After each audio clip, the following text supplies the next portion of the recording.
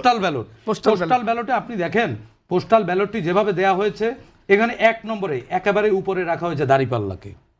এবং এই মুহূর্তে যদি 2-3টে রাজনৈতিক দল, শাপলা কলিকে দেওয়া হয়েছে ব্যাক পেজে, ব্যাক পেজের টপে রাখা হয়েছে হাত পাখাকে, হ্যাঁ, এবং নিচের দিকে একেবারে শেষ দিকে রাখা হয়েছে শাপলা কলিকে। যখন এভাবে ব্যালটটি ভাঁজ দেওয়া হয়েছে তখন ধানের শীষের গোড়া পড়েছে নিচে, ভাঁজের নিচে, ধান পড়েছে উপরে। এই ব্যালটটি অনেক হার্ড পেপার, প্রবাসীরা ভোট দিয়ে যখন দিবে তখন ধান উপরে গোড়া নিচে, তো ভোট দিলে তো ওটি ভেঙে যাবে, এই ভোট তো বাতিল হবে। আমার কাছে মনে হয় এটিও একটি মানে কনস্পিরেসির পার্ট। হ্যাঁ, না হয় আপনি লটারি পদ্ধতিতে করতেন, আপনি তো এটা এখানেও এক ধরনের বৈষম্য করেছেন।